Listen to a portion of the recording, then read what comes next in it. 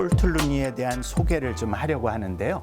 폴 툴루니에는 우리로 말하면은 20세기에 우리와 같은 고민, 21세기에 살고 있는 우리와 같은 고민을 19세기, 20세기 넘어오면서 폴 툴루니에가 고민했던 내용입니다. 그래서 툴루니에가 출생했던 것은 1898년이고요. 근데 제가 보고자 하는 것은 폴 툴루니에라는 사람이 어떻게 그렇게 이타적인 삶을 살 수 있었는가라는 점의 관점의 중요한 포인트가 어린 나이에 부모를 상실하고 그다음에 부모님들과 함께 지냈던 시간이 무척 짧아요. 그러면서 자폐적인 삶을 살았던 폴 툴루니의 어린 시절에 그가 소통했던 것은 나무, 그다음에 또 동물과의, 특별히 키우던 개와의 교감을 하면서 자기의 내면을 사람들과 소통하지 못했습니다. 그는 비자폐적인 삶을 살면서 비간접적인 소통을 익히고 지냈다는 거죠.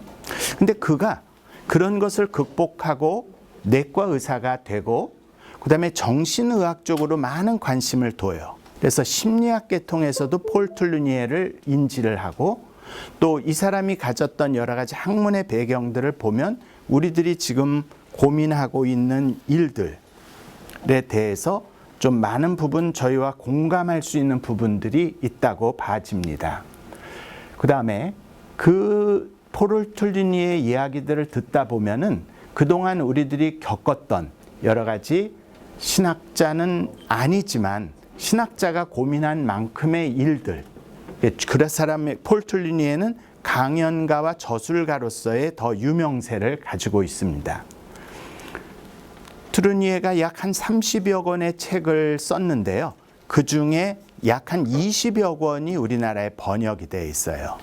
그다음에 이제 저도 오늘 이곳에 와서 딴 때는 잠깐 방문하였지만 서재를 쭉 보니까 이명수 박사님 서재에도 툴루니에 책이 영어로 되어 있고 그다음에 여러분의 서재에도 보니까 한 권의 책이 폴 툴루니의 책이 있네요. 그 일들을 극복할 수 있도록 도와줬던 사람이 이 듀보아라고 하는 선생님이에요. 근데 이 듀보아 선생님이 툴루니에 한 12살 때쯤 만났는데 이때쯤 이제 그에게 인격적인 대화를 함으로써 자폐를 극복하도록 도와요. 저는 우리들이 의료적인 일에 치료를 받아야 될 대상자도 많지만 정말 우리들이 인격적인 대화만 해도 자폐가 열릴 수 있는 사람들이 많이 있다고 보아집니다. 의사가 모든 것을 치료하는 것이 아니라 사람다운 사람이 대화를 해줄 때 말이죠. 학교 선생님이셨는데 듀보아 선생님이 이 아이를 인격적으로 대화를 해주고 늘 집에 데려다가 대화를 하면서 이 아이의 내면과 외면의 세계를 연결해 주는 역할을 합니다. 그 다음에 이제 만났던 중요한 사람이 요 옥스포드 그룹의 화란인 사람인데요. 좀 문헌을 찾아보면은 이 사람 이름은 나타나 있지 않지만 이 옥스포드 그룹들이 웨슬레 후예들처럼 늘 경건과 이런 운동을 하는 사람들이었는데요. 그 중에 한 멤버였어요. 네덜란드 사람이었고요. 근데 그 사람을 통해서 마음의 대화 그리고 전문인으로서의 존재하지만 사람들과 교감할 때 죄에 대한 고백이라든지 자기의 있는 허물이라든지 이런 것을 진실하게 고백을 하는 모습을 통해서 아, 이렇게 전문인이 되어도 인간으로서의 약점과 단점을 고백할 수 있는 거구나. 이렇게 얘기를 합니다. 그리고 옥스포드 그룹하고 계속해서 지적, 관계적, 감정적, 인격적 대화 모임을 통해서 영향을 받습니다. 또 하나의 중요한 것은 그의 아내 넬리 보비아하고 또 만남입니다. 처음에는 자신이 결혼은 했지만 아내에게 성숙한 인간의 모습을 보이기 위해서 늘 상담가처럼 또 선생님처럼 이렇게 대했다는 겁니다. 그런데 나중에는 그 사람이 점차 인간으로서 아내를 대할 수 있는 모습을 보이는 거죠. 그러니까 이제 목회자들도 계시지만 목회자의 아내가 사실 이 남자가 거룩한 줄 알고 결혼을 했는데 집에서는 보니까 너무나 다른 모습을 보는 거예요. 그래서 견디다 못해서 어느 날 보따리를 싸가지고 강대상에 올라갔다는 거잖아요. 나는 저렇게 설교하는 천사 같은 남자랑 살고 싶지, 집에서 다른 모습을 가진 그 모습을 이해하고 수용하기가 어렵다. 그런 것처럼 이 트루니에가 계속해서 와이프하고의 관계 속에서 목사님처럼 또 이런 메디컬 닥터처럼 심리학자처럼 그렇게 자기를 대했을 뿐 인간적으로 대화하지 못했다는 거예요. 근데 어느 날 트루니에가 이런 단계를 거쳐서 자기 와이프와의 진실한 인간의 레벨을 대화하기 시작합니다. 이 세 가지의 중요한 포인트가 트루니에다운 저술가로서 또 강연자로서 만들어주는 역할을 하게 됩니다. 그래서 여러분의 그 자료에 이 내용을 실어놨고 언제든지 그 관련된 일을 주제어로 치시면은 인터넷 서치가 가능한 이야기입니다. 트루니에 대해서 소개를 할 때 우리는 유머 감각이 뛰어나고 명석한 두뇌와 예민한 감수성, 누구에게든지 그 사람의 필요를 알아낼 수 있는 이런 유능한 사람이라고 평가를 합니다. 근데 그러기 이면에는 자폐적인 어린 시절, 그리고 또 그런 좋은 사람들을 만나기 전까지 완성되지 않은 사람이었어요. 그다음에 트루니에 대해서 만나본 사람은 인내심과 사람들을 향한 동정심과 인간 행동에 대한 깊은 통찰력을 가졌다. 그 시대만 하더라도 상당히 그 사회가 인간을 종교적, 기독교적인 관점으로 보거나 아니면 전문인으로서 관심을 보는 것이지, 인간이 높은 사람도 있고 배운 사람도 있고 낮은 사람도 있고 못난 사람도 있고 그런 것을 인격적으로 평가하기는 어려웠던 시대인데, 계급사회, 어떤 종교사회 그런 속에서 트루니에는 끊임없이 사람에 대한 동정심, 그리고 그들에 대한 이 행동이 왜 나올까? 특별히 아시다시피 20세기로 넘어오면서 정신질환을 앓고 있는 분들이 많았는데, 그때는 몸을 치료하는 의료는 발달이 됐어도 정신적인 치료를 심리적으로 정신과학적으로 고쳐야 된다는 생각은 없었기 때문에 정신병자들이 귀신 들린 사람으로 취급돼서 갇혀서 비인격적인 치료를 받았던 사례들이 많았던 때입니다. 독단주의, 자기가 옳다, 이렇게 해야 된다, 이런 생각보다는 관용에 더 많은 관심을 둔 사람이었고요. 사람을 비판하기보다는 어떻게 하면 그들의 입장에서 도울 수 있을까를 배려했던 사람입니다. 그래서 사람들의 단점보다는 강점을 강조했던 그런 사람입니다. 이제 이렇게 되면 안 넘어가더라고요. 아까 그 사람을 들어오게 하고 수락을 하는 순간 이제 이게 딱 멈추는 증세가 나타나는 거죠. 네. 그러면 우리들은 이제 진도는 나가야 되니까 진도 좀 계속해서 나가죠. 그다음에 이제 폴 트루니에는 여러분의 그 책을 좀 보시면은 인격의학이라는 말을 처음 쓰게 됐는데, 그 인격의학에 대한 정의를 살펴보니까 개인의 인간적인 문제와 하나님과의 관계는 신체적인 질병과 치료에 영향을 미친다는 사실을 인정하는 의학이다. 그러니까 질병이라는 것은 표면적인 현상이고요. 왜 이 질병이 있는가라고 생각하면 그것은 그 사람의 내면의 문제이거나 생활 습관의 문제이거나 또 신앙적인 문제이거나 이것과 연관이 되어 있는 것이지, 질병이라는 것이 독립적으로 나타나는 현상은 아니다. 고로 병을 고치려고 한다면 그 사람의 내면에는 무엇에 쉽게 말하면 응어리가 있을까? 무엇을 풀어 헤쳐줘야 이 질병으로부터 반복하지 않을까? 그래서 저희 병원에서 계속해서 의사 선생님들과 같이 고민하는 것이, 암으로 발병한 이들이 왜 이 암이 발병하게 됐을까를 자기가 자각할 수 있도록 도와드리고 어떤 환경에 노출됐는가를 잘 탐색을 하다 보면 우리들이 그분이 앓고 있는 병의 원인들을 챙겨갈 수 있어요. 그래서 사람을 함께 고치는 의학이 돼야 되는데 병만 고치고 사람은 또 던져놓으면 뭐가 되는 건가요? 금방 재발, 전이가 되는 것은 확률이 클 수밖에 없겠죠.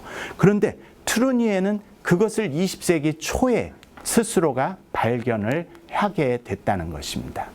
트루니에 대한 여러 사람들이 만나고 느꼈던 이미지들을 쭉 기록을 해놨어요. 현실과 사람에 대한 깊은 관심, 겸손, 정직, 수용성. 또 주로 우리가 환우를 대할 때는 의사와 환자가 인격 대 인격으로 따뜻한 만남이 필요하다. 여러분들이 환자로서 병원에 가보셨지만 의사는 컴퓨터 자판하고 스크린하고 대화를 하고 있고 우리와는 눈 한 번 마주치지 않아요. 그리고 무슨 얘기 물어보면 검사하고 오시라고 그러고 나가서 간호사한테 설명을 들으라고 그래요. 우리가 만나길 원하는 것은 의사이고 내가 앓고 있는 질병에 대해서 그러실 수밖에 없는 상황이셨네요. 저희가 질병을 정성껏 돌봐서 좋은 삶이 되시기를 저희들이 동행하겠습니다. 이런 말 한마디를 따뜻하게 듣고 싶은데 근데 이분들이 그래서 양의를 만나다가 한의를 만나면 어떻게 돼요? 쑥 빠져들죠. 아이고 일단 공감 100배 해주고 진맥 해주고 만져주고 이렇게 침 놔주고 뭔가 의사와 교감을 하게 되니까 역시 한방이 좋은 거요. 그러면서 양방에서 한방으로 쏠리는 것이 공감하고 아이 컨택, 스킨십 이런 것이죠. 요즘 의사 선생님들이 청진기 대보는 사람들 별로 없잖아요. 모든 것은 CT, MRI 이런 것들이 다 해결해 주니까 자기가 그걸 탈 필요가 없다고 생각해. 그러나 그것에서 인간 대 인간의 인격의 만남이 깨지는 거죠. 그다음에 트루니에의 책들은 한 30여 권이 이론적이지 않고 임상적인 것에 대해서 기록한 것을 저술을 해요. 그래서 트루니에의 특징은 책을 쓸 때는 정성껏 쓴다. 그러나 인쇄소에 맡길 때는 오자 탈자 보지 말고 자기의 원고를 그대로 실어달라고 출판을 해달라고 합니다. 그 다음에 자기가 출판한 책은 절대 보지 않는답니다. 보고 나면 그 다음 출판이 오자 있고 틀린 말 있고 그러면 출판할 수 있는 용기가 상실된다는 거예요. 우리들도 지금 책을 못 내는 이유가 오차 탈자 보다가 3년 묵히고 나면 묵어서 또 못 내고 그러는 거잖아요. 트루니에는 그걸 자기를 너무나 잘 아는 거죠. 그래서 쓸 때는 정성껏 쓴다. 출판사에 원고 넘기면 출판한 책은 절대 보지 않는다. 그래야 다음 책을 낼 수 있다는 거예요. 논문 써보신 분들은 다 알겠지만 그걸 또 들여다보고 또 들여다보고 나도 읽기 싫은 거를 어떻게 남이 읽겠어요. 그래서 시작은 굉장히 창대하게 시작하는데 끝은 허무하게 끝나는 게 논문이에요. 근데 그런 거를 트루니에는 너무나 잘 알던 것이죠. 그래서 그런 공백을 트루니에는 어떻게 메꾸는가. 좋은 상담가는 아니면 좋은 저술가는 기도할 줄 알고 하나님께 순종할 줄 아는 사람으로 기능적 기술과 깊은 믿음을 소유한 두 가지의 균형을 가지고 있어야 된다. 그래서 자기의 약점을 그냥 어번던하거나 절망하지 않고 그것을 믿음으로 승화시켰던 분이시죠. 그러면서 이런 얘기를 해요.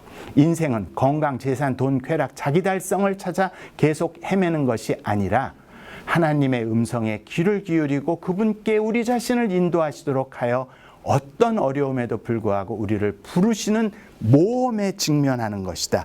여기에서 이제 중요한 얘기를 모험이라는 말을 해요. 우리는 별로 모험을 안 해요. 믿음은 큰데 실행을 안 하는 거죠. 근데 이 트루니에게서 계속 볼 수 있는 것은 모험이라는 말, 어드벤처라는 말을 많이 쓰고 있습니다.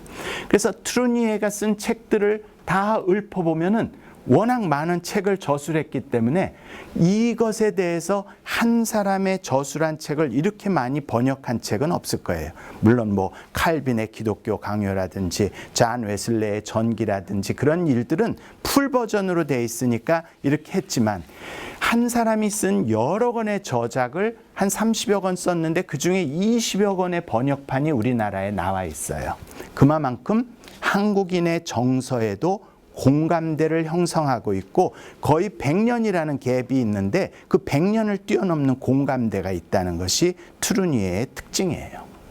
그리고 그분이 썼던 책들이 40년대, 50년대, 심지어는 30년대 쓴 책들인데 지금 번역해서 읽어도 별로 손색이 없는 그런 가슴에서 나오는 이야기들을 썼다는 게 특징입니다. 그래서 여러분의 교재에다가 일일이 제가 그걸 찾아서 우리나라에 번역되어 있는 책들을 그대로 드렸어요.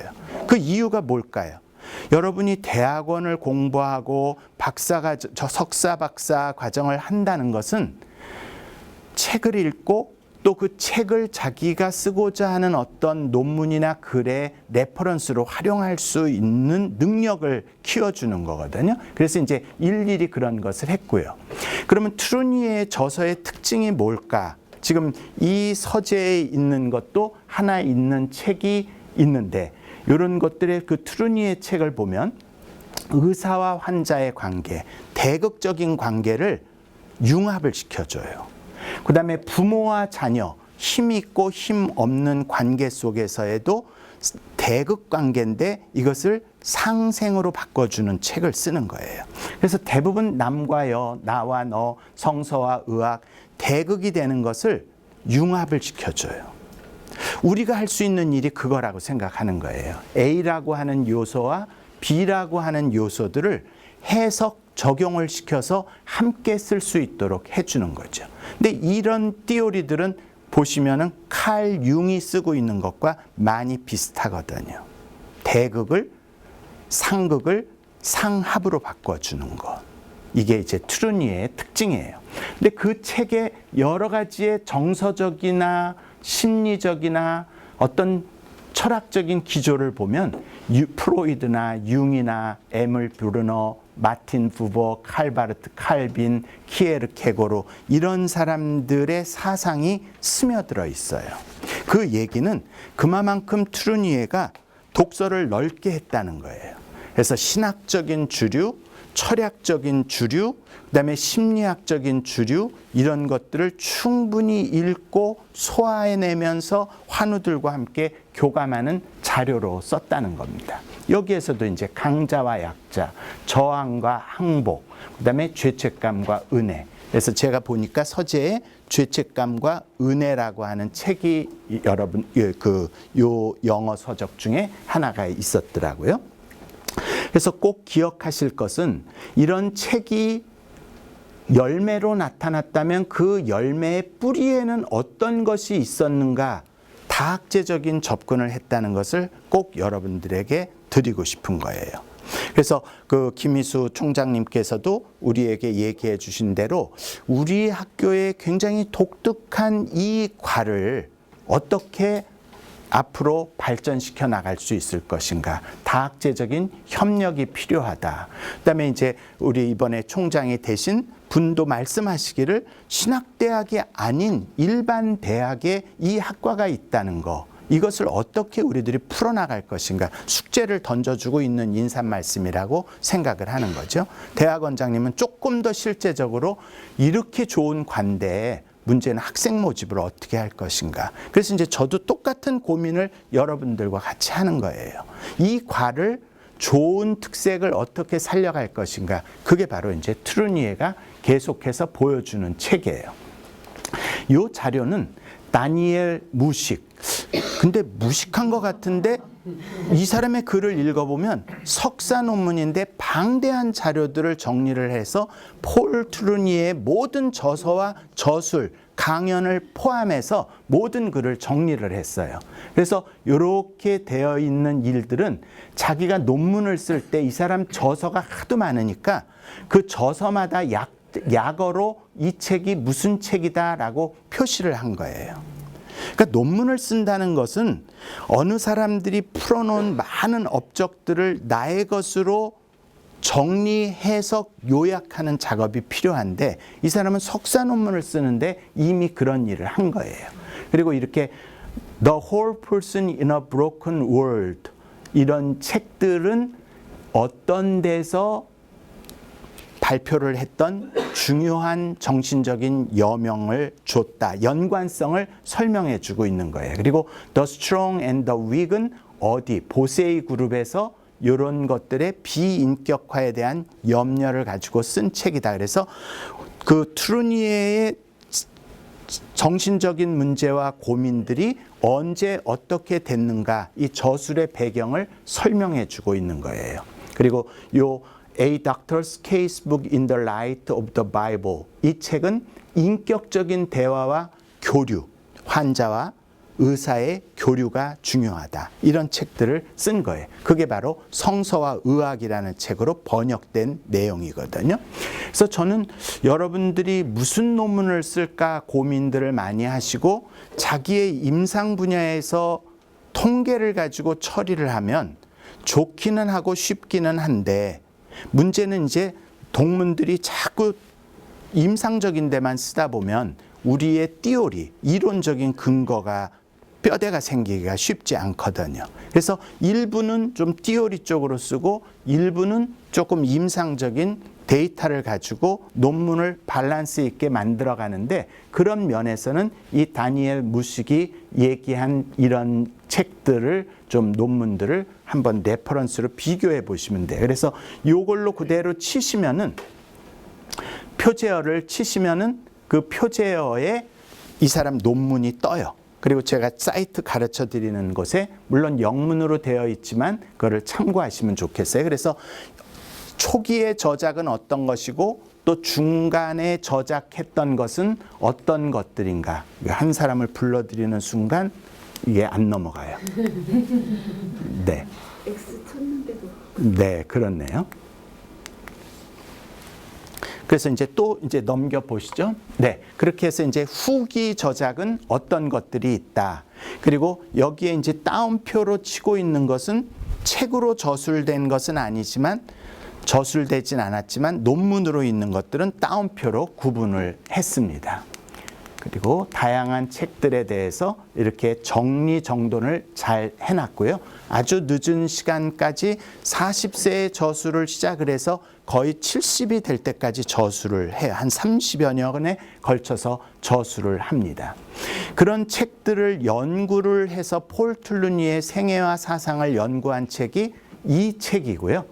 그다음에 그 교수님께서도 여러분들과 수업을 할 때도 자주 얘기하고 인용했던 책이다 생각을 합니다. 그래서 책을 목차는 어떤 것이고 캐리 콜린스가 이렇게 이 책을 저술을 하게 됐는데 캐리 콜린스는 우리나라에도 자주 방한을 하고 또 여러 책들을 우리 기독교 공동체에서 많이 사용하는 분이라는 것을 참고하시면 좋겠고요.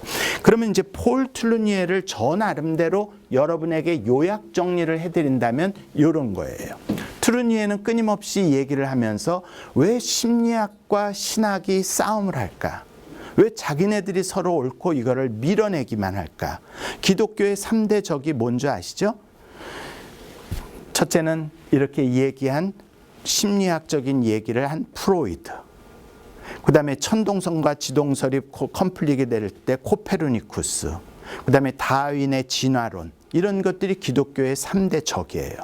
근데 그것이 과학이 발달하기 이전에는 부딪힘의 요소이지만 이제는 왜 신앙과 과학이 부딪혀야 할까? 왜 심리학과 신학이 서로 부딪혀야 될까? 툴루니에는 그런 고민을 하면서 이런 것을 융합할 수 있는 방법이 뭐 없을까 하면서 책을 쓰기 시작하는데 그게 바로 육체적으로, 심리적으로, 영적으로 이것은 서로 대극을 해야 될 문제가 아니라 융합 상생을 해야 되는 요즘 말로 말하면 다학제적인 접근이 필요하다는 것이고 우리 치유선교학과가 어떻게 보면은 가장 잘할 수 있는 부분이 바로 이런 대극을 어떻게 융합을 해낼 수 있는가라고 하는 겁니다. 의료에서 진단을 할 때 두 가지가 필요하다는 거예요. 과학적 진단, 과학적인 사고가 필요하다는 거죠. 일부. 그러나 인간을 전체를 일로 몰아간다는 것은 기계가 아닌 이상 그렇게 할 수 없다는 거죠. 그래서 앞에 허 교수님께서 말씀하신 대로 인간을 기계로 치환하는 것이 아니라 인간은 그 질병이 걸린 것에 대해서 영적인 진단이 필요하고 자기의 자성, 자각, 그리고 자기 스스로 발전하려는, 변화하려는 노력을 통해서 진단받고 치료가 돼야 된다. 그래서 과학과 종교를 이원화시키지 않고 그것을 융합을 시켰다는 겁니다. 그럼 대부분은 사람이 갖는 죄책감이나 수치심이나 분노, 이것이 융이 보았던 인간의 기본적인 감정 정서라고 보았는데, 죄책감, 이런 그 쉐임에 대해 수치나 아니면 길트나 이런 문제들을 찾아 들어가 보면 거짓된 죄책감이라는 것은 사회적으로 남이 보기 때문에 상대적으로 느끼는 죄책감이나 수치심인 거예요. 그 사람을 무인도에 놔두면 아무 문제가 되지 않을 수치심 때문에 우리는 평생 괴로워해요. 열등감이라든지. 근데 그런 것 말고 진정한 참된 죄책감이라는 것은 신과 우리 사이에, 하나님과 나 사이에 불편한 요소들, 불경건한 요소들, 거룩하지 않은 요소들, 그런 것들이 중요한 죄책감인데, 그러니까 상대평가를 하지 말고 절대평가를 해야 되는데 사람들은 이런 걸로 인해서 염려, 고통, 고민 끌어들여 오게 되고 질병을 만들어가게 된다는 거예요. 우리들이 암 환우들을 뵙지만 절대 암이 어느 날 갑자기 생기지 않아요. 최소한 7년에서 10년은 키워야 의사의 눈에 보이는 1cm의 암이거든요.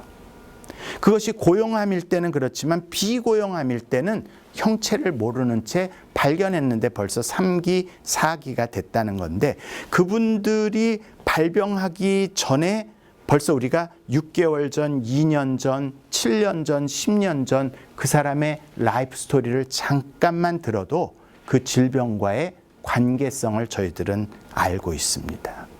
그래서 이제 그것을 파고 들어가고, 그다음에 또 그 사람의 심리적인 성향, 가족 관계, 또 받았던 시약, 이런 것들을 쭉 정리를 해보면요, 그 사람의 질병의 원인이 어디에서 생겼을까, 이런 것들을 알 수 있는 거라는 거예요.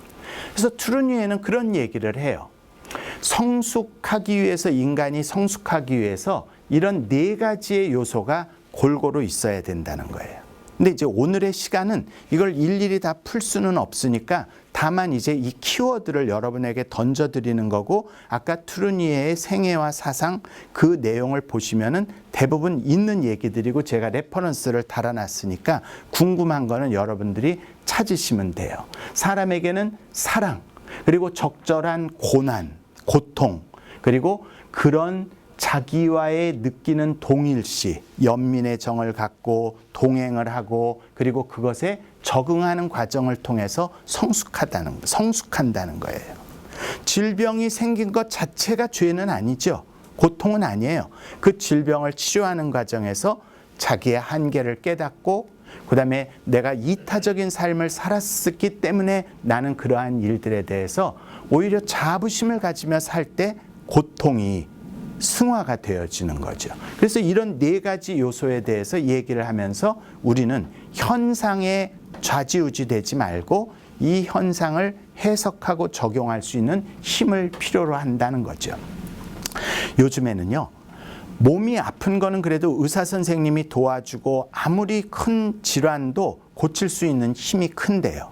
문제는 몸이 아픈 질환보다는 마음이 아픈 질환, 정신질환을 앓고 계신 분들의 근데 그런 신경증을 앓는 사람들도 원인은 어린 시절 정서적인 충격이나 종교적으로 너무 강압을 하게 될 때 이 사람들이 느끼는 죄책감, 수치심, 남의 눈을 의식하는 거, 이런 것 때문에 스스로 자유로운 인간답지 못하게 산다는 거예요.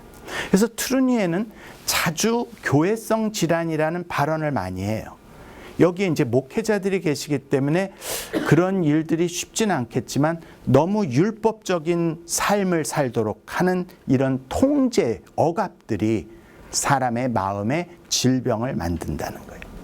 특별히 코로나19로 찬양하고 큰 집회를 못 갔다 보니까 그전에는 그렇게 찬양하고 통성기도하고 카타르시스를 했던 분들이 지금은 그런 것들이 딱 통제가 되니까 이 질병 자체가 간헐적으로 치유가 됐다가 그것이 딱 통제가 되니까 이 사람들이 심각한 자기의 질병 속에 늪에 빠지게 돼요.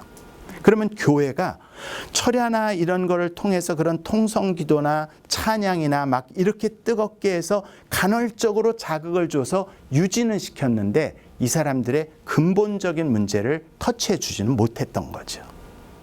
그래서 우리가 이 교회성 질환이라고 하는 트루니에의 진단을 잘 눈여겨보셔야 돼요. 그래서 저희가 선교사 인성검사 이렇게 해서 한 1000명에서 1200명의 데이터를 내보니까요. 3대 기독교 신앙을 가진 그 선교사 후보생, 4대 기독교 신앙을 가진 선교사 후보생, 제일 중요한 것이 자기라고 하는 본질의 자아가 있는데 만들어진 자아 때문에 이것이 충돌을 해요. 그러니까 자기의 기질이 있는데 3대, 4대 내려오면서 교회에서 요구하고 가정에서 요구하고 있는 형태로 산 개발된 자기와 내면에 개발되지 않은 자기가 계속 충돌하고 있는 모습들을 보게 돼요. 하나님은 우리를 다 각자 다르게 창조하시고 자율성을 주셨는데 그걸 너무 국화빵 찍듯이 통제를 하면 범위권 안에 있는 사람들은 교회 안에서 행복하고 안전을 느끼지만 그 범위 밖에 있는 사람들에 대해서 우리가 배려하고 조금 넓게 자유방목을 해야 되는데 너무 통제 안에 들어올 때 정신적인 질환을 앓게 된다는 거예요. 증세는 불안, 메마름, 자기 파괴성, 무의식적 갈등. 자기 파괴성이라는 것은 자기 스스로가 자기를 존중히 여기지 않는 거예요. 조금만 잘못해도 나 같은 게 뭐 이런 걸 하겠어. 아, 우리 언니는 돼도 나는 안 돼. 이런 일들. 그다음에 자기 파괴성을 가진 사람이 중독에 빠진다든지 노름에 빠진다든지 이런 문제들이 다 이런 현상들이 주고 있는 것이다 라고 보는 것이며, 그러면 이런 것을 나타낸 사람들을 치료하는 것이 뭐냐? 대화예요. 근데 이 대화가 그냥 hi, say hello 이런 정도가 아니라 정말 깊이 있는 대화. 그 사람의 내면에 있는 것을 들어줄 수 있는 대화. 그다음에 인격적인 대화. 그게 치료의 방법이라고 봐요. 근데 그것이 초창기에는 대화 정도 할 수 있으면 되는데 사람의 얘기를 듣다 보면 우리가 어떻게 경청하고 공감하고 개입하고 또 서로 교정을 해줘야 될지 조금 전문적인 기술이 필요하거든요. 그래서 여러분도 공부를 시작하신 이유가 그거잖아요. 한둘 내가 돕는 거는 괜찮았는데 더 심각한 사람, 아무리 해도 안 되는 사람들을 우리가 어떻게 도와야 될까 고민했던 거잖아요. 그래서 우리가 다이얼로그를 하더라도 기술적인 실력과 인격적인 관심, 내가 수양이 되고 내 영성이 없으면 남을 도울 수가 없어요. 그런 것을 이 트루니에는 생각을 했던 거죠.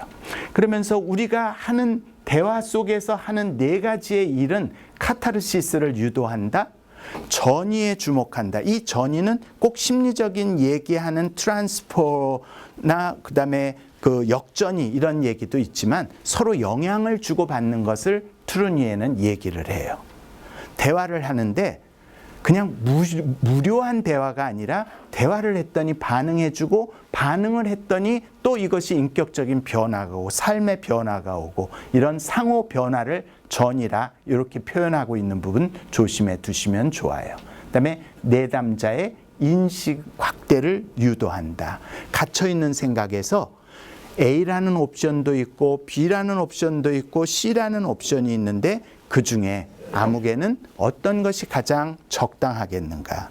선택할 수 있는 기회를 줄 때 이 사람이 존중감을 느끼게 돼요. 자기가 존중받는다는 느낌을 갖게 돼요. 근데 우리는 너무 급해가지고 자꾸 자녀들에게도 내가 가진 A 모델을 자꾸 주입하려고 하니까 갈등이 있거든요. 그래서 제가 늘 강의할 때마다 자주 하는 것이 남편 출근할 때 오늘은 뭐 드시겠어요? 주문 한번 받아보라는 거예요. 주문한 거를 해놓을 때 그 남편이 일찍 들어와요. 근데 나갈 때도 한 번도 물어보지도 않고 갔다 오면은 그냥 냉장고 뒤져서 아무거나 만들어주고 먹으라는 거예요. 그건 사료지, 음식이 아니지.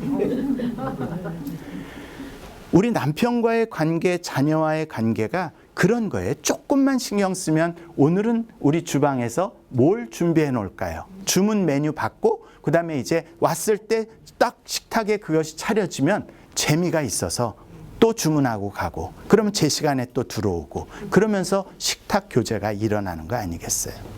빨래 벗을 때마다 왜 늦게 벗었냐, 뭐 이거 왜 양말은 어디 갔냐, 뭐 너무 복잡하게 할 필요 없어요. 있는 것만 빨아주고 안 빨아주는 안 내놓은 거는 그냥 짝 맞춰 입게 하고 그러다 보면 버릇이 되는데 똑같은 일을 해도 그냥 맨날 잔소리에 짜증에.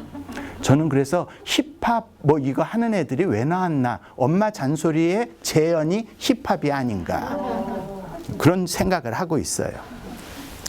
그래서 이 사람들의 내담자에게 당신은 왜 그랬을까요? 그러면 당신이 바랬던 어머니의 모습은 어떤 모습이었습니까?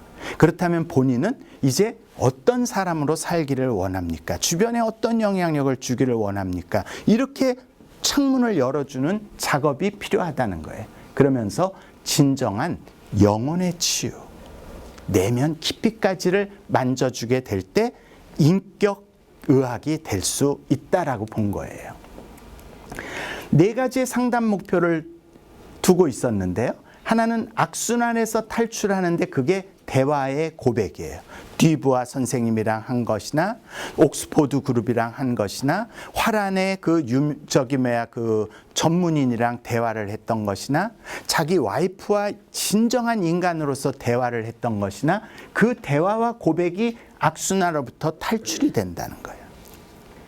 저도 이제 이렇게 부부 상담을 하다 보면은 그들이 표면에는 상대방의 문제를 계속 공격하고 있지만 조금 더 깊이 들어가면 실은 제 자신을 제가 노출하지 못해서 상대방에게 얘기를 했을 뿐 실은 그 문제가 저에게 있었습니다. 그런 고백들을 하게 되는 단계에서 악순환에 끊기게 되고 탈출을 할 수 있게 되는 거예요. 그러면서 의식 영역을 확대하는데 표면의 문제만 다루지 말라는 거죠. 이면으로 들어가서 그것이 왜 생겼을까? 어떤 사람들이 계속 포르노에 노출돼 있어요. 근데 그거를 현상을 자꾸 가위질을 하려고 하지 말고 이것이 언제부터 생겼는가, 왜 생겼는가 이런 일들을 서서히 추적하다 보면요.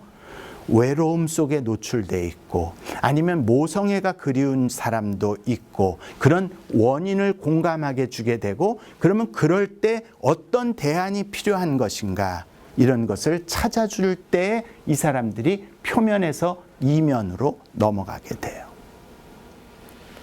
그다음에 수용해 주는 게 필요하다. 수용은 뭐냐면 내담자가 나와 대화를 한 뒤에 내가 치료의 대상자다라고 하는 인지, 그 다음에 그런 것이 치료를 통해서 낫을 수 있다라는 그런 인식들을 같이 나누는 거 필요하고요. 시작해요. 정신건강의학과에 우리가 이제 MP과라 이렇게 얘기를 하거든요.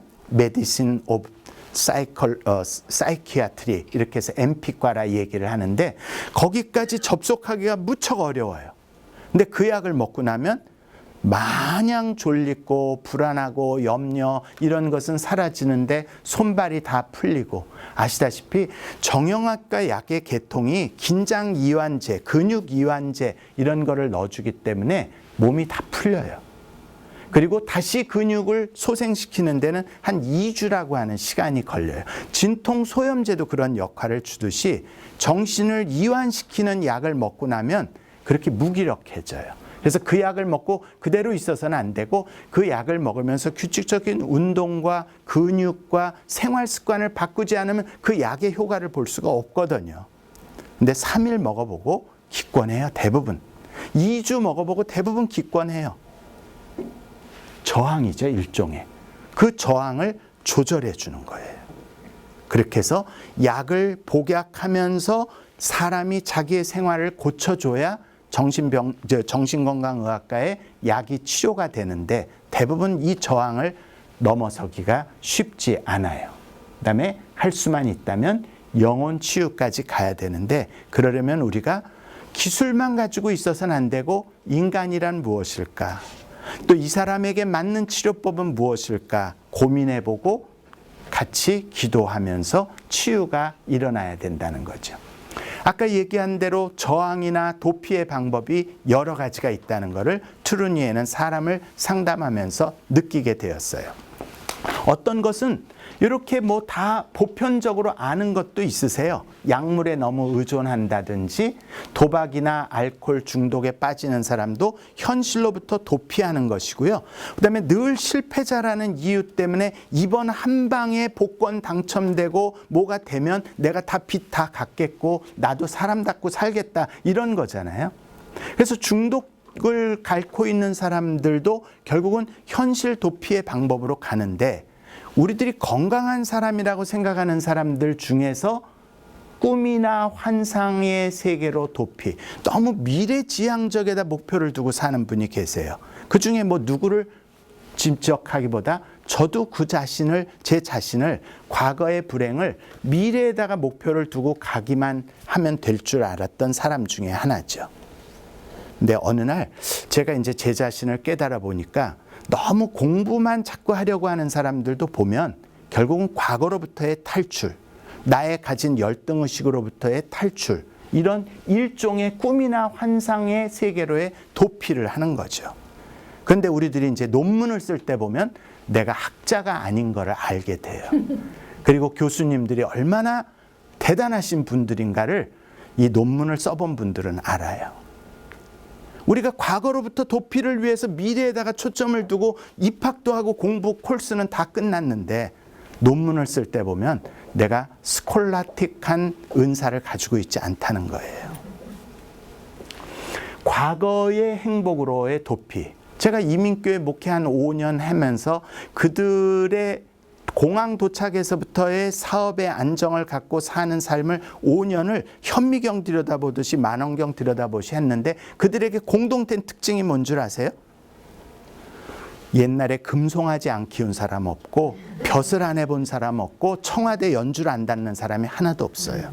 그래서 이민사회를 가보면 서울대학끼리 따로 모이고요. 이화대학끼리 따로 모이고요. 그 다음에 한양대 나온 사람들은 따로 저기 구석에서 모이고요. 이상한 일들을 해요. 그게 뭐냐면 과거의 행복으로부터의 도피예요. 그 현 사회의 메인 소사이어티에 적응하지 못하는 사람들이 하는 도태적인 행태가 이민사회예요. 그래서 이민교회는 세 부류가 있는 거예요. 80년대 이전에 이민 온 사람들, 그 다음에 여행 자유화가 돼서 이제는 사회의 중산층, 교육의 중산층이 온 사람들, 그 다음에 젊은이들이 개척 정신을 가지고 온 세 부류, 유학생까지.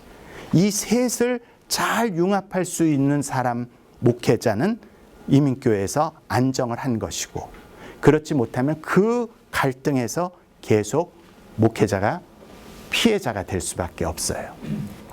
보험회사에서도 자꾸 사고가 잦은 사람들의 보험료를 올려요. 그냥 단순하게 자꾸 사고를 내는 게 아니에요. 넉나간 이야기, 정신 나간 이야기, 우리 금주쌤도 오늘 몇 번 얘기를 했는데 너무 과도한 일을 내가 붙잡고 있고 능력 밖의 일을 붙잡고 있다 보면은 메인은 성취할 수가 있는데 마이너한 걸 자꾸 잃어요. 그러다 나면 행사를 치르고 나면 사지가 다 늘어지면서 다시는 할 짓이 못 돼. 이렇게 얘기되면 우리는 이 조교하기 쉽지 않은 거예요. 임원하기 쉽지 않은 거예요. 근데 제가 오늘 소개하면서 이렇게 보니까 섬기는 이들 해서 이름들도 참 대단한 분들 모였다는데 장학금은 이분들이 다 타가 돼?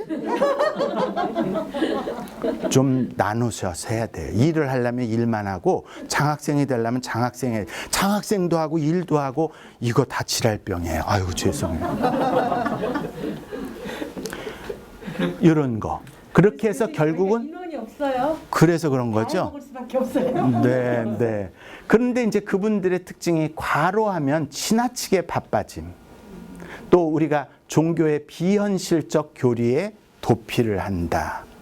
그래서 이제 우리가 목회자도 반은 계시고 또 이제 평신도도 반은 계신데 이것을 어떻게 우리가 교회 목양 속에서 치유 선교학과에서 배우는 좋은 이론들을 현실화시킬 수 있을 것인가. 그래서 이제 트루니에는 이런 대안을 제시하는 거예요. 사람들의 그룹을 보니까 의회의 정신, 맨날 법만 만들고 결정만 해요. 그다음에 또 하나는 독립의 정신. 그거 다 소용없어. 나는 내 왕국을 내 스스로 할 거야. 뭐 교주같이 하는 거죠. 그다음에 소유의 정신. 아유, 다 소용없어. 내 일은 내가 챙겨야지 하면서 개인주의적인 것. 요구의 정신. 맨날 데모만 해요. 요청만 해요. 근데 이런 것보다는 좀 더 중요한 가치가 친교의 정신. 서로 함께 더불어 살기 위해서 공생하기 위한 것이 아니라면 이 네 가지 일들이 많이 반복된다 하더라도 크게 변화는 없을 것이다 라고 얘기를 해요. 그러면 이런 연습이 되려면 어떻게 해야 되냐? 병원이라는 곳에서 보니까 성직자는 이 사람이 왔다 가면 환자들이 헷갈린대요. 왜냐하면 기도하고 싹 나섰다 그러고 선포하고 가니까. 호스피스 환자 보고도 믿고 나선 줄 믿습니다. 살아날 줄 믿습니다. 근데 2주 후에 죽거든요. 그러니까 성직자들이 왔다 가면은 너무나 환상적인 일들만 던져놓고 가고 이 사람 현실을 생각하지 못한다는 거예요. 그래서 환우들이 목사님 왔다 가면 희망이 생기는데 간호사년이 왔다 가면 또 재수가 없어가지고 금방 화가 치밀어 올라. 적응을 못 시키는 거죠. 혼선을 주는 거죠. 정말 중요한 일이에요. 저희들이 병원에 있다 보면 정말 이런 문제 심각해요. 상담자는 또 계속 원인이 뭐냐 이것만 뒤지고 있고 그것만 고치면 된다라고 생각을 하는 거예요. 그래서 상담을 많이 하는 거나 점쟁이 쫓아가는 거나 그거 다 비슷비슷한 우리의 의존 심리들일 수 있어요. 근데 그렇게 하지를 말고 의사 선생님은 계속 또 사람을 질병의 관점에서만 보고 암은 치유는 했는데 병은 다스려서 자기가 종양내과 의사로서 병은 다스리고 암은 다스렸는데 다른 병 때문에 합병증이 와서 죽어요. 그러면 말하기를 저는 최선을 다했습니다마는 환우의 체질이 약하신 것 같습니다. 왜? 암 때문에 죽은 건 아니니까. 그러나 암을 치료하다 보면 면역력이 전반적으로 떨어지다 보면은 입맛이 없게 돼 있고 항암 해보신 분은 아시겠지만 입이 온통 다 터져서 아무 걸 줘도 다 모래로 상처를 비비는 것 같은데 무슨 입맛이 있겠어요. 먹지 못하는데 뉴트리션이 없는데 어떻게 세포들이 살아요. 이런 치료들을 해서는 안 된다는 거예요. 그래서 이 세 사람들은 서로 도와야 된다. 그래서 트루니에가 얘기하는 것은 계속해서 우리들이 같이 협력해야 된다. 그리고 그걸 환우의 입장에서 봐야 된다 얘기를 합니다. 그래서 트루니에가 이야기한 것은 이 사이트를 들어가 보시면 인격의학이라고 하는 이 보시 그룹들이 지금도 활동을 하고 있어요. 그래서 제가 거기에다가 여러분들이 들어갈 수 있는 홈페이지에 어드레스를 넣었고요. 거기에 첫 페이지가 이게 딱 뜨는 거예요. 트루니의 아주 심볼적인 사진. 그리고 그 사행에 대해서 쭉 연보를 얘기해 주고 있어요. 그래서 우리들이 최소한 공부를 하려면 영어에 눈이 좀 뜨셔야 돼요. 그리고 옛날에는 영어, 중국어, 일본어 선택 과목에서 취직을 위해서. 근데 전 세계적인 분포도로 보면 영어, 불어, 스페인어 이것이 전 세계의 3대 중요한 언어예요. 그런데 인터넷이 발달되는 80년대 중반 이후 많은 정보가 영어예요. 95%가 영어예요. 그래서 우리가 다른 언어를 못 챙기더라도 영어만은 꼭 챙기셔야만이 인터넷 바다 그곳에서 고기를 잡으실 수가 있어요. 근데 요즘은 어렵지도 않아요. 그냥 어려우면 저거를 이렇게 클릭해가지고 카피하시고요. 구글 번역기에다가 딱 집어넣어서 붙여넣기 하면은 구글 번역기가 다 번역해줘요. 그다음에 요즘에는 그냥 갖다만 대면은 영어 사전을 같이 넣으면은 여기다 갖다 단어만 대면 커서만 대면은 번역해 주는 거 있어요. 이 작업을 넘지 않으시면 자료들을 찾아내기가 어려우세요. 그러면 인격의학에서는 어떤 것을 한다라고 하는 자기네들이 추구하는 정신, 신조 이런 것들을 쭉 설명하고 있어요. 그다음에 그런 협회가 The International College of Person-Centered Medicine. 그래서 사람 중심의 의료라 해서 인격의학이라는 말은 트루니에가 썼지만 그 후예들이 쓰는 언어들은 Person-Centered Medicine이라는 얘기를 하는 거예요. 그래서 이 그룹들이 Medicine of the Person, 인격의학이라는 말이죠. For the person, 사람을 위한 의료, 그리고 사람에 의한 의료, 그러면서 사람들과 함께하는 의료, 이런 슬로건으로 학회가 계속 움직이면서 일을 해요. 저는 이제 왜 그러면 트루니에를 이번 학술대회에 저에게 기회를 주셨을 때 이걸 고민하고 풀어냈냐면요. 첫째는 여러분들이 논문을 쓸 때 임상적인 것만 계속 쓰시다 보면 이열학회 사람들은 이열로만 쓴다 그러고 어떤 쪽에는 자기네 쪽 푸드 쪽으로만 쓴다 그러고 이러다 보면은 우리의 뿌리가 있어야 가지가 쳐지는데 뿌리가 없이 가지만 계속 하다 보면은 여기가 엉성한 가지가 되거든요. 그래서 좀 더 신학적 논문, 심리학적 논문 이런 것들이 뿌리가 있으면서 임상적인 것으로 링크가 되면 좋은 논문이 될 수 있어요. 그 다음에 이 트루니의 논문을, 책들을 쭉 보면 주제가 있어요. 죄책감이라든지 은혜라든지 아주 선명한 주제가 있는데 그건 아까 얘기한 다니엘 무식의 논문을 보면 쭉 주제별로 이 트루니에가 쓴 자료들을 정리해 놓은 게 있어요. 그래서 여러분들도 주제가 좀 선명했으면 좋겠다. 이것도 저것도 다 쓰려다 보면 아무것도 못 잡거든요. 선명한 주제를 가지고 신학적이든 심리학적이든 철학적이든 뿌리가 좀 든든해야 된다. 이론이 기반이 약하면 임상적인 쪽에 커지다 보면은 나중에는 그것을 누가 인용하기가 어렵다는 거예요. 그 다음 여러분들이 이 학과를 마치고 진로에 대한 고민을 하세요.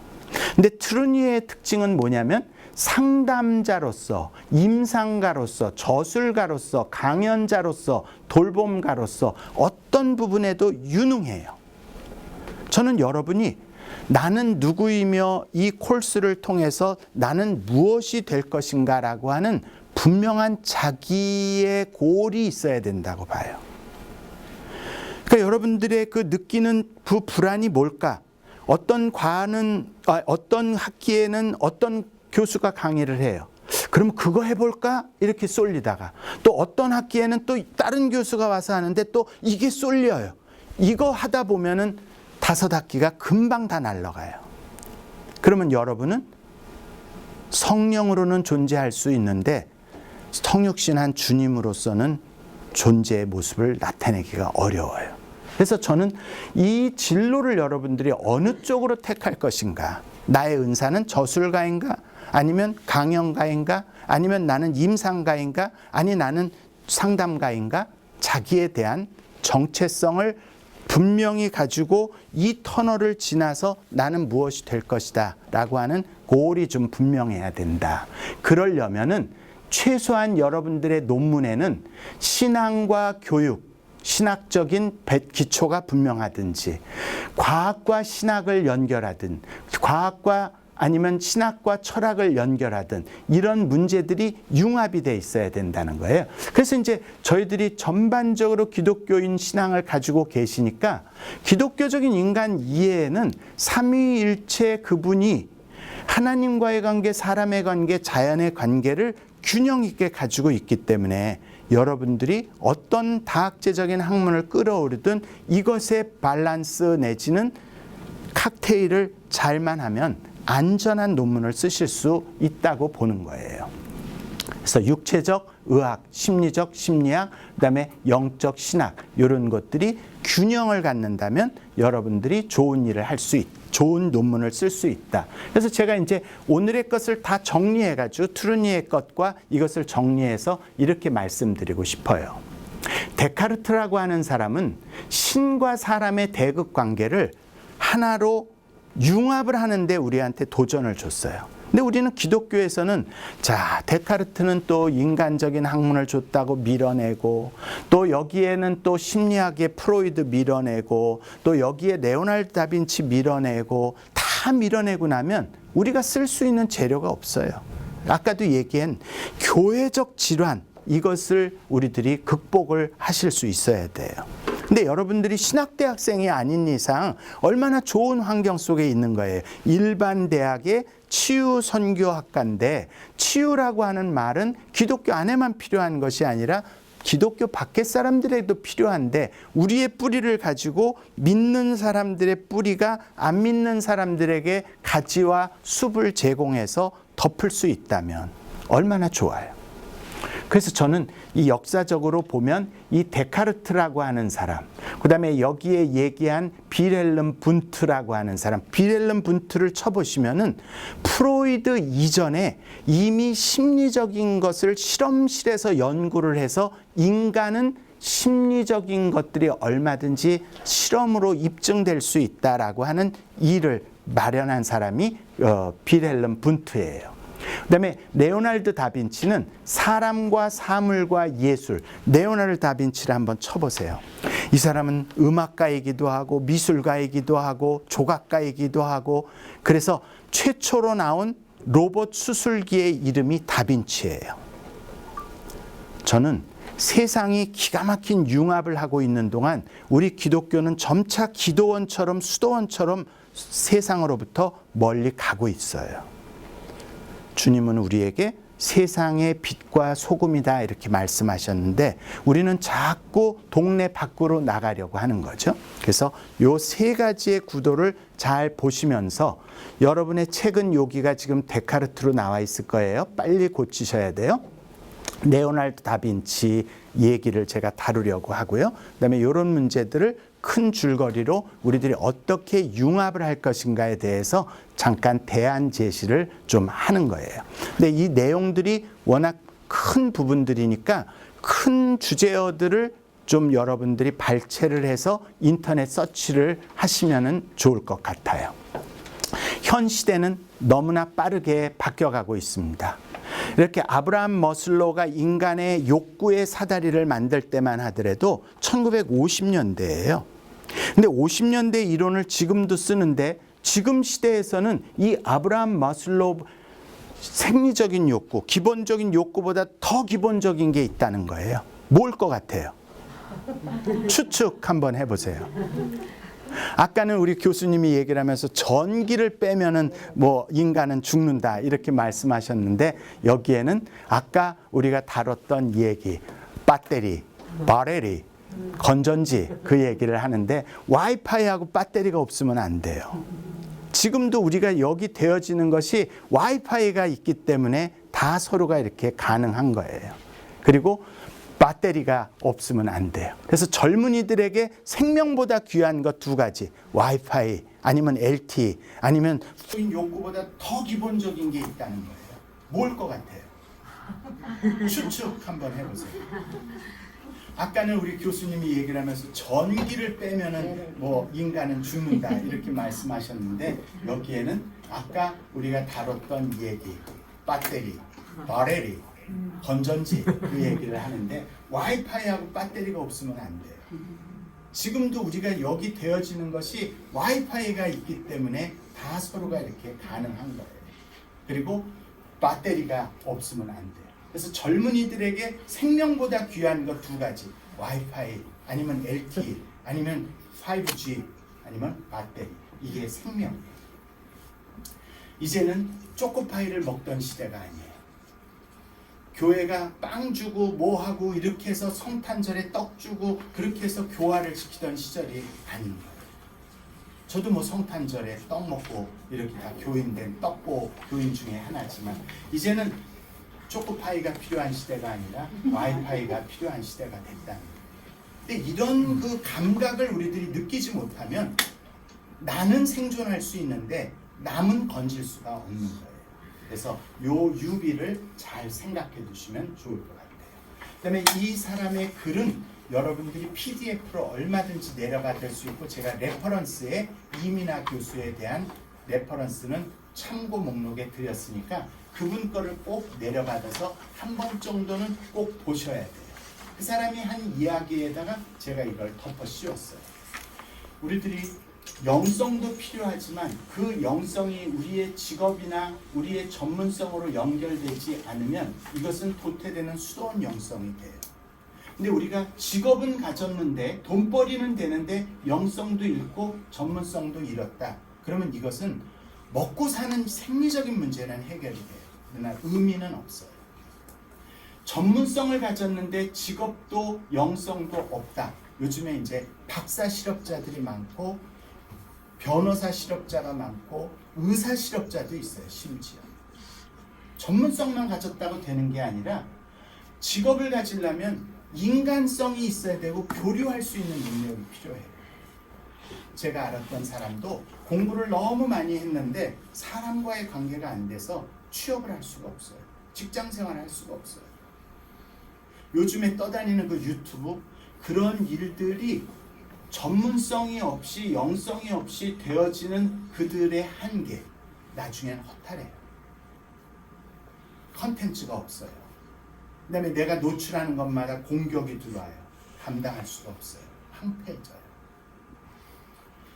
그런 일들에 대한 것은 이미 우리들이 문예부흥과 종교개혁을 넘어서서 산업혁명, 산업화 이렇게 되면서 이제는 어마어마한 변화를 가져왔는데, 오늘도 이렇게 같이 얘기를 하지만 우리가 한 60, 50 이 세대 사람들은 우리나라가 이 농경사회에서 산업화, 그 다음에 정보화, 의습기술사회, 이걸 지금 50년 사이에 다 겪고 있는 거예요. 근데 이제는 여기에 머물지 않고 이미 모빌리티 소사이어티가 되었다 그래요. 이제는 정체되지 않고 모든 것들이 움직여요. 그래서 지금 이런 것들이 뭔지 아세요? 수소자동차 이런 것들, 그 다음에 이제 모든 자동차들이 컴퓨터화 되어지는 것, 인간들이 이런 세계에서 산다고 하는데, 이들이 그런 기술 문명을 만들 수 있는데 영적인 것을 만들어 가지는 못하는데, 우리들이 전인 치유선교학과가 할 수 있는 것이 바로 영성을 균형 있게 해가는 거예요. 코로나19로 인해서 4차 산업혁명이 들었으나 했더니 벌써 코로나 이후에 5차, 6차 산업혁명이 속도가 빠르게 진행되고 있어요. 많은 사람이 코로나19 때문에 직업을 잃었다, 경제에 어려움이 있다, IMF보다 어렵다. 근데 특징이 뭔 줄 아세요?